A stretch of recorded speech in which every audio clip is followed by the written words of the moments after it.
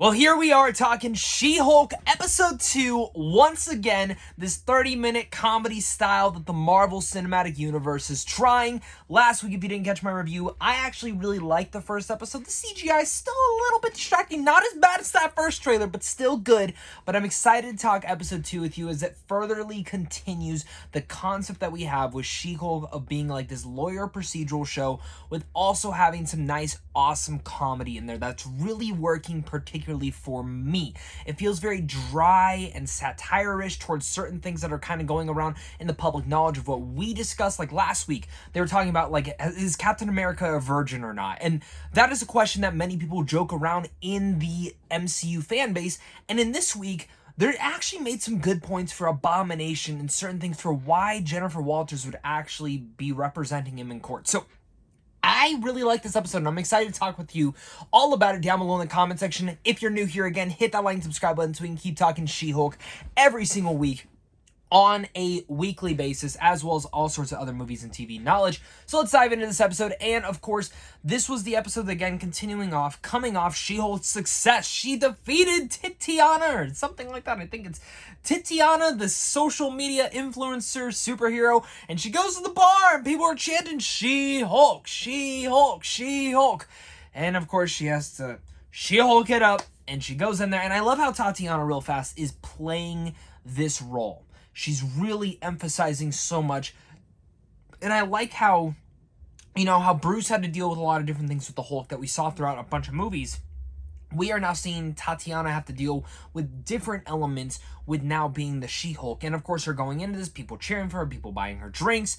And then her boss comes up and tells her to shrink down, and he fires her, which puts her into this kind of desire and kind of this sadness pit of what should she do. She ends up not really having a job. People are turning her down because they don't want the She-Hulk involvement there, which sucks because it's like she could have let people die, but if she didn't, she'd still have her job. And if she did, then, people find out she was She-Hulk, they'd probably be like, why didn't you save her? Which again goes back to the whole thing of being a superhero. And again, I like this. I like what they've been doing, particularly with this show and Miss Marvel now, how they're addressing this world they live in, of when people want to become superheroes, when people don't want to, and what happens when you ultimately become one.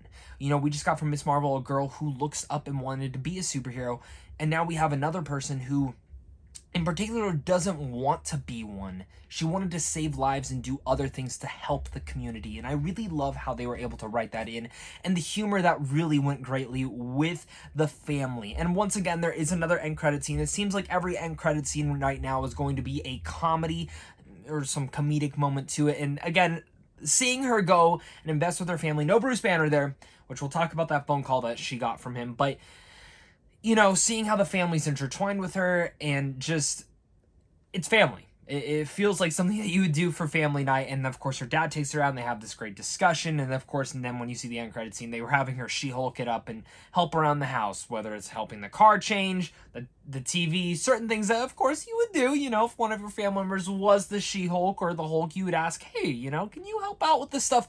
But there's some nice moments in there that I feel are very important for, again, Walter's progression as a character. And this only continues as she's looking for a job. And when she does get the offer of a lifetime, she goes there and ends up finding out, nope, they just want me because I'm the She-Hulk. And again, it hits her. And she breaks the fourth wall and she starts having that discussion with us as the audience of something that we're noticing. And of course, she has to keep fighting for this. And I really love this, and especially if you've watched Better Call Saul, certain things that Kim Wexler went through throughout her entire career in that show, we see also paralleling to here.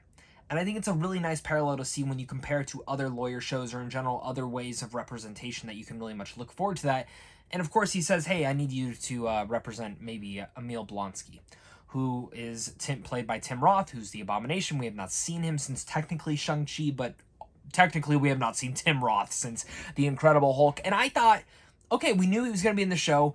It comes about this. She goes to the island or this prison. She goes in and has a discussion with Abomination himself. He doesn't freak out and Abomination out, but they're having this conversation that for me is very important because it's something that a lot of us MCU fans, at least for me particularly, have not discussed. We've looked at his Abomination as this Frankenstein-like monster that was in the Incredible Hulk, and only the Hulk could defeat him because he was the same thing as him. But when you look at it, Tim Roth, and maybe he's telling a lie. Maybe Abomination is not going to be a hero in the end of the day. Maybe he's not going to be a good person. Maybe he's just saying what he needs to say. But when I look at this, to be honest, I kind of believed him. And maybe that's the point. Maybe you guys disagree with me. And I know a lot of people are probably disappointed that we're probably not going to get Abomination versus Hulk again. But I really liked that moment.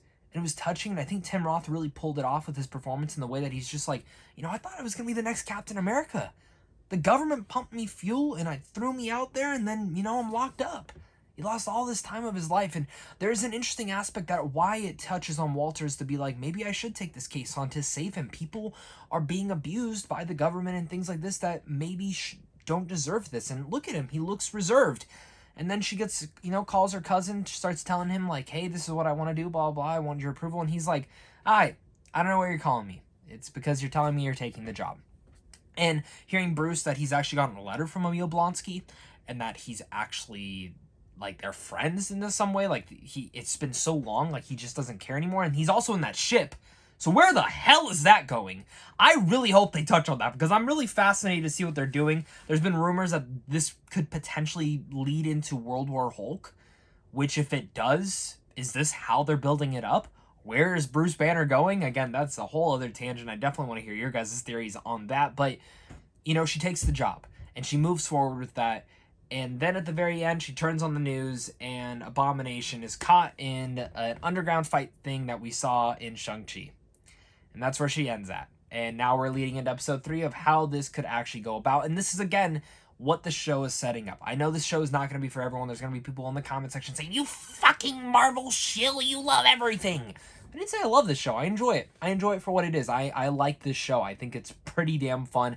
And it's always hard to review a show until you see the final product by the 9th episode, the finale itself, to really judge the entire thing. And what I'm judging it for, I'm enjoying it. It's kind of like how I enjoyed Miss Marvel. Miss Marvel had a really nice vibe to it. She-Hulk is a completely different show than those. And I like that now the MCU has Disney Plus to venture into different genres and everything like that. So overall, I like this episode of She-Hulk. I thought it was better even than the first episode. It continues this character.